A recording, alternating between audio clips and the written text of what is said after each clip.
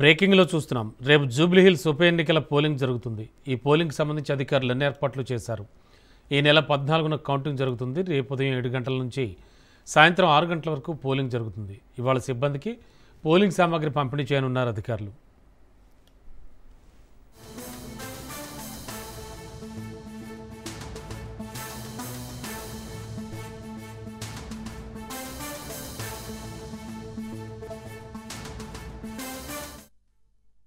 జూబ్లీహిల్స్ ఉప ఎన్నిక బరిలో మొత్తం 58 మంది అభ్యర్థులుంటే ప్రధానంగా కాంగ్రెస్, బీఆర్ఎస్, బీజేపీ మధ్య పోటీ ఉంది.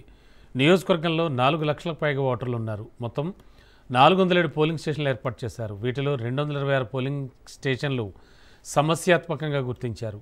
ఇక అన్ని పోలింగ్ స్టేషన్లలో సీసీ కెమెరాలు ఏర్పాటు చేశారు. ఈసారి కొత్తగా డ్రోన్ల ద్వారా నిఘా పెడుతున్నారు. ఒక్కో పోలింగ్ స్టేషన్లో 4 బ్యాలెట్ యూనిట్లు ఉంటాయి. 139 పోలింగ్ లొకేషన్స్లో 407 పోలింగ్ బూత్లు ఏర్పాటు చేశారు. ఈ బూత్ల వద్ద 3 అంచెల భద్రత ఏర్పాటు చేశారు.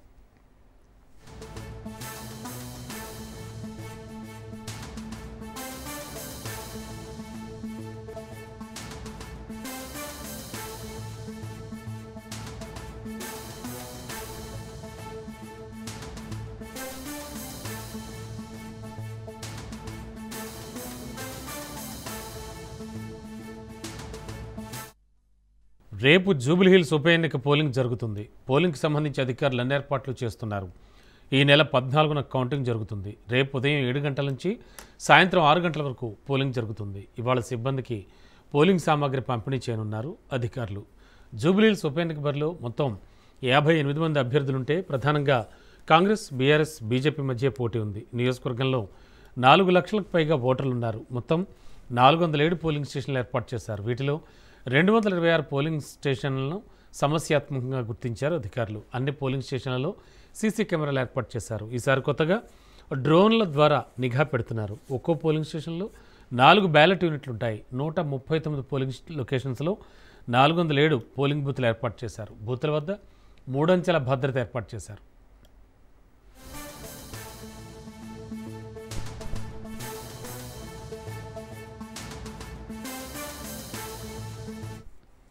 ద పోలింగ్ టైం అదేవిధంగా కౌంటింగ్ డే అప్పుడు కూడా 14th మార్నింగ్ 6 AM నుంచి టిల్ కంప్లీషన్ ఆఫ్ కౌంటింగ్ వరకు డ్రై డే డిక్లేర్ చేయడం జరిగింది. ఇది another important thing just want to tell you.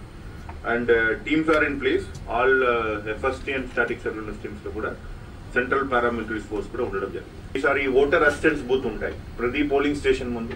Voter assistants booth ఉంటాయి. And we are also giving this time facility for mobile deposit. Wheel chair provision చేస్తాం and transport facilities కూడా చేస్తాం. Mobile deposits for all the persons are coming with the mobile for the polling station. వారికి mobile చేయడం జరిగింది. మళ్ళీ మీ ద్వారా final and important request చేస్తున్నాం. Voter information slip is not ID card. They should bring their EPIC card లేదన్నా other toll ID cards. Aadhaar card, passbook, passport, PAN card, the different ID cards, toll ID cards already మీకు ఇచ్చే మళ్ళీ ఇప్పుడు ఇస్తాం. So they should bring some ID card along with their voter information slip. Voter information slip is just to facilitate them to come to the polling station. Maximum అందరికి epic card ఉంటాయి. Let them bring the epic card. Epic card లేని వాళ్ళు Aadhaar card తప్పకుండా అందరికి ఉంటాయి. Aadhaar card లేని వాళ్ళు they can bring their passbook or passport or any other ID card issued by the government. The toll ID cards ఉన్నదాన్ని ఏదైనా ఇష్యూ చేయొచ్చు, తీసుకురావచ్చు. ఐడి కార్డు లేదా బ్యాంక్ పాస్బుక్ ఉంటాయి. ఆ పాస్బుక్ అయినా వారు తీసుకురావాలి. Without ID card nobody is allowed to cast their vote. So please చాలా మంది ఓటర్ ఇన్ఫర్మేషన్ స్లిప్ తీసుకోవడం జరుగుతుంది. ఓటర్ ఇన్ఫర్మేషన్ స్లిప్ తో పాటు they should bring some ID card. Most important thing I just wanted to women home guard all together 1761 అది మన police side నుంచి పెట్టున్నాను. Apart from that 73 section of paramilitary forces that is 8 companies ఇది కూడా CISF deployment చేస్తున్నాను. So ఇది full proof ఉంది. 12 sections also we are from our arm guard ఇది కూడా పెట్టుకున్నాం. इनके केसेस जो हैं 27 केसेस हम लोग ने बुक किया है और डिफरेंट पुलिस स्टेशन में ये केसेस हमारा इंक्वायरी इन्वेस्टिगेशन टीम जो है उस पर काम कर रहा है. That is in the notice of honourable election commission, honourable district election officers and RO के नोटिस में भी है. And we are doing a proper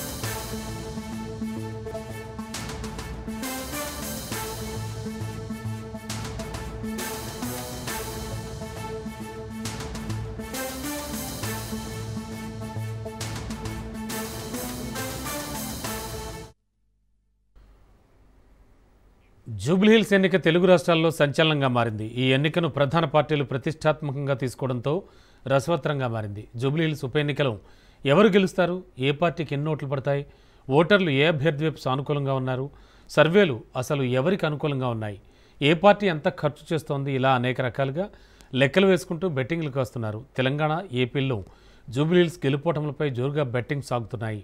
IPL బెట్టింగ్లతో సమానంగా సాగుతుండడం గమనార్హం. గెలుపోటములతో పాటు అభ్యర్థి సాధించే మెజార్టీ పైన, సెకండ్ ప్లేస్పై కూడా పందెంరాయిళ్లు బెట్టింగ్లు పెడుతున్నారు.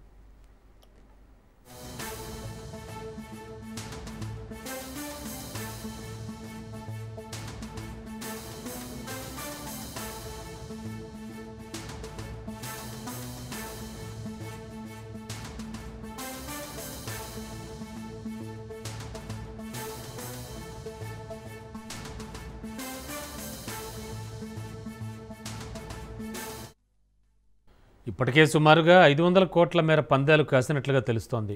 ఫలితాలు వెలువడే నాటికి 1000 కోట్లకు చేరవచ్చని అంటున్నారు. జూబ్లీహిల్స్ పరిధిలోని ఓ పబ్ నుంచి బెట్టింగ్ ఆపరేషన్ జరుగుతున్నట్లు తెలుస్తోంది.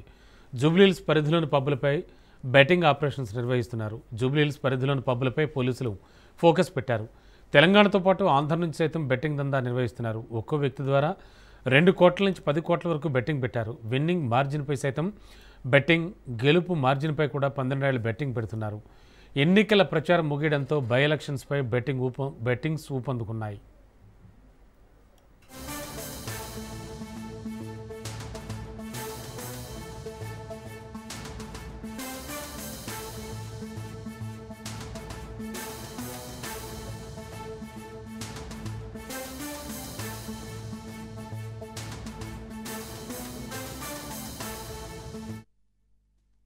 జూబ్లీహిల్స్ ఎన్నిక తెలుగు రాష్ట్రాల్లో సంచలనంగా మారింది. ఈ ఎన్నికను ప్రధాన పార్టీలు ప్రతిష్టాత్మకంగా తీసుకోవడంతో రసవత్తరమైంది.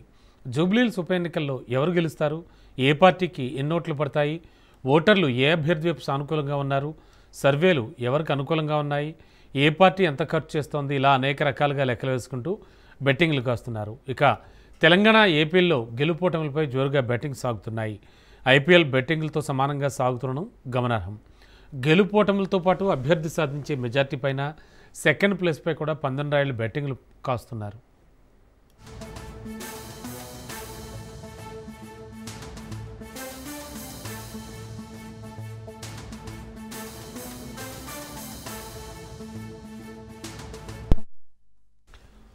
ఇప్పటికే సుమారుగా 500 కోట్ల మేర పందాలు కాసినట్లు తెలుస్తోంది. ఫలితాలు వెలువడే నాటికి 1000 కోట్లకు చేరవచ్చని అంటున్నారు. జూబ్లీహిల్స్ పరిధిలోని ఓ పబ్ నుంచి బెట్టింగ్ ఆపరేషన్ జరుగుతున్నట్లు తెలుస్తోంది.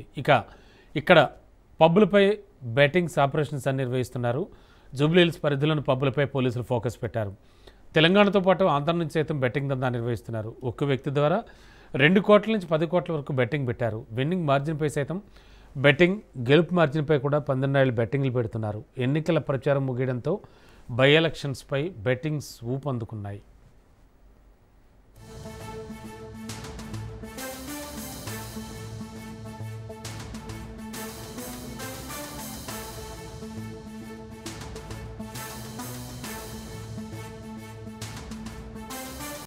ఇవాళ ఏపీ కేబినెట్ భేటీ జరగనుంది. ఉదయం 11 గంటలకు చంద్రబాబు అధ్యక్షతన మంత్రివర్గం సమావేశం అవుతుంది. ఈ నెల 14-15 తేదీల్లో విశాఖలో జరిగే పెట్టుబడుల సదస్సుపై చర్చిస్తారు. ఇప్పటికే సదస్సు ఏర్పాట్ల బాధ్యతలు మంత్రులు, అధికారులకు అప్పగించారు సీఎం చంద్రబాబు. 1,00,000 కోట్ల పెట్టుబడులకు ఏపీ కేబినెట్ ఆమోదం తెలపనుంది. మొంతా తుపాను ప్రభావం, నష్టం అంచనాల పరిహారంపై చర్చిస్తారు. పలు సంస్థలకు భూ కేటాయింపులకు గ్రీన్ సిగ్నల్ ఇవ్వనుంది మంత్రివర్గం.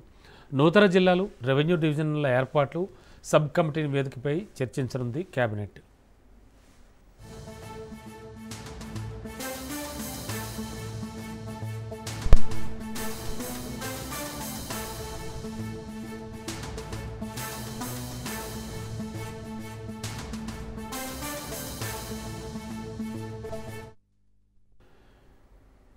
ఇవాళ ఏపీ కేబినెట్ భేటీ జరగనుంది. ఉదయం 11 గంటలకు సీఎం చంద్రబాబు అధ్యక్షతన మంత్రివర్గం సమావేశం అవుతుంది. ఈ నెల 14-15 తేదీల్లో విశాఖలో జరిగే పెట్టుబడుల సదస్సుపై చర్చిస్తారు. ఇప్పటికే సదస్సు ఏర్పాట్ల బాధ్యతలు మంత్రులు, అధికారులకు అప్పగించారు సీఎం చంద్రబాబు. 1,00,000 కోట్ల పెట్టుబడులకు ఏపీ కేబినెట్ ఆమోదం తెలపనుంది. మొంతా తుపాను ప్రభావం, నష్టం అంచనాల పరిహారంపై చర్చిస్తారు. పలు సంస్థలకు భూ కేటాయింపులకు గ్రీన్ సిగ్నల్ ఇవ్వనుంది మంత్రివర్గం. నూతన జిల్లాలు, రెవెన్యూ డివిజన్ల ఏర్పాటు sub committee నివేదికపై చర్చించనుంది cabinet.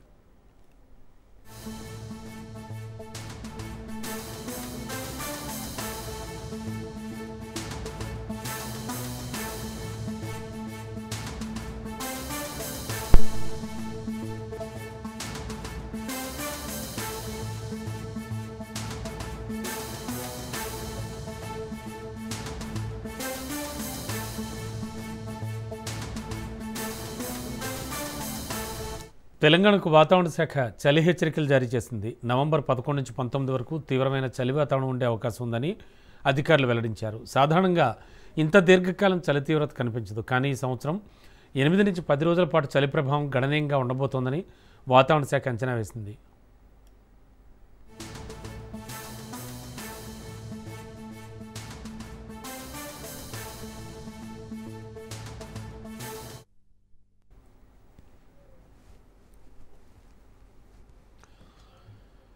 Pink blue కలర్లో మనం చూస్తున్న అంటే వాళ్ళు సూచించిన జిల్లాల్లో ఉష్ణోగ్రతలు సింగిల్ డిజిట్ వరకు పడిపోవచ్చని అధికారులు తెలిపారు. చూడొచ్చు మనం ఆ ఫ్రేమ్లో.